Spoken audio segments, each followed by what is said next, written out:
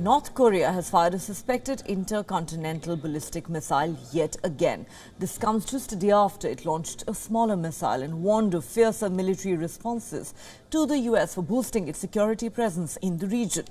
Japan's Prime Minister Fumio Kishida has said the missile is believed to have fallen into the country's exclusive economic zone. Kishida called the launch absolutely unacceptable. There are no reports of damage to ships or aircraft so far. Talking to the press in Bangkok, Kishida said Japan, the United States and South Korea must closely coordinate to work towards complete denuclearization of North Korea. The exclusive economic zone extends up to 200 nautical miles from Japan's coastline beyond the limits of its territorial waters. The Japanese Defense Ministry had earlier said the missile was ICBM class. It was North Korea's second launch in 2 days as the isolated state continues a record-breaking blitz that has sent fears of a nuclear test soaring. For more on this, let's now go across to our correspondent Chris Gilbert, who joins us from Tokyo. Chris, North Korea firing yet another ballistic missile, and this of course comes after it's repeatedly warned of fiercer military responses against the US regional security presence. What more do we know about the latest missile launch? Clearly, the Japanese Prime Minister is furious and not without reason.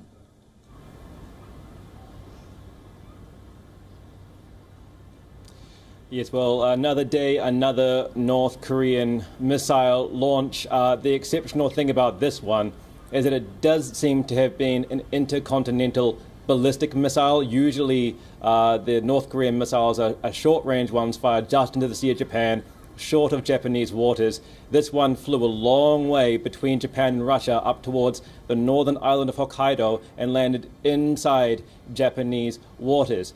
It was a very anxious wait while it was flying through the air. It took about an hour, and 40 minutes after the first reports that it was launched, the reports were that it was still flying. And so even for reporters, that's very anxiety-inducing. I was checking my cell phone for the J-alert system to see if there were any government updates about any danger to Japan itself. Luckily, there wasn't, although it did fall inside the territory. Now, the reason for that long flight time is that these long-range missiles obviously have to fly a long way, and for Pyongyang to avoid flying them over countries like Japan, they have to fly them up. And so this one flew 2,000 kilometers, along the surface of the water, but it flew 6,000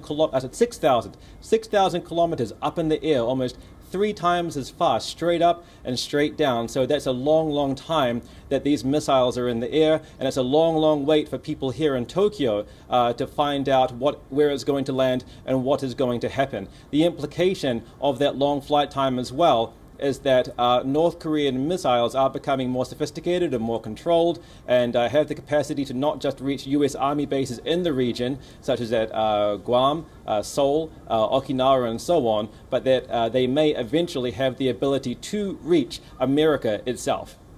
Capability to reach the US mainland, now that is a very, very serious development, one that is not going to be taken lightly at all by the United States. Therefore, the question that arises, Chris, is what kind of a response can we now expect from the US and its allies, Japan and South Korea, to this latest provocation from North Korea?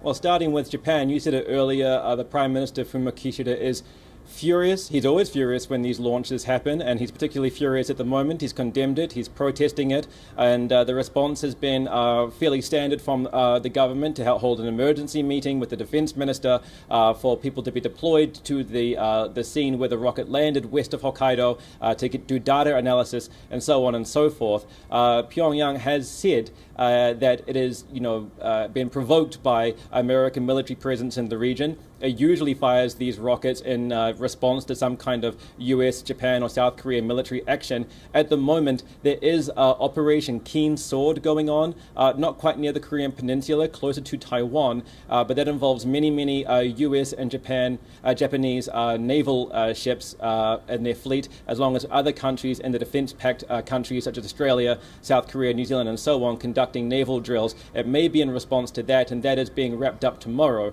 But in terms of what the response from here is going to be, the exceptional thing about this launch today is that it did land inside Japanese waters. What kind of response does that warrant from the United States and Japan? Does that warrant a verbal slap on the wrist, more condemnations, more protestations, or are we going to see a heightened military action like we did in the last few weeks between South Korea and North Korea, when there was a lot of military action happening around the Korean Peninsula area? There are concerns that North Korea is still progressing towards a nuclear test. And so will this be a verbal reaction by the United States, or will it be a strong reaction by the United States? Well, the missile landing in Japan's exclusive economic zone, certainly a very serious development for the country. What kind of response are we likely to see? That remains the big question. Thanks very much, Chris, for getting us all those details.